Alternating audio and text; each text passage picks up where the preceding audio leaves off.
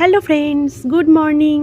সবাই কেমন আছো? আশা করছি সবাই খুব ভালো আছো, আমিও খুব ভালো আছি। তো সকাল সকাল ঘুম থেকে উঠে একটু ঘরটা একটু ক্লিন করে নিচ্ছি, সব পরিষ্কার টরিষ্কার করে নিলাম। তো তারপর একটু সকালের স্কিন কেয়ারটা করে নিচ্ছি, একটু ফেস ওয়াশ আর টোনার, এই জাস্ট এইটুকু মেখেই সকালে স্কিন কেয়ারটা করে নিলাম।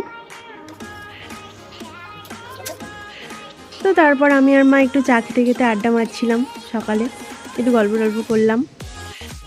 তারপর দই কাতলা রেসিপিটা শেয়ার করেছি। আমার এই পুরো ব্লগটা দেখতে হলে আমার ইউটিউব চ্যানেলে আছে, সবাই দেখে নিও।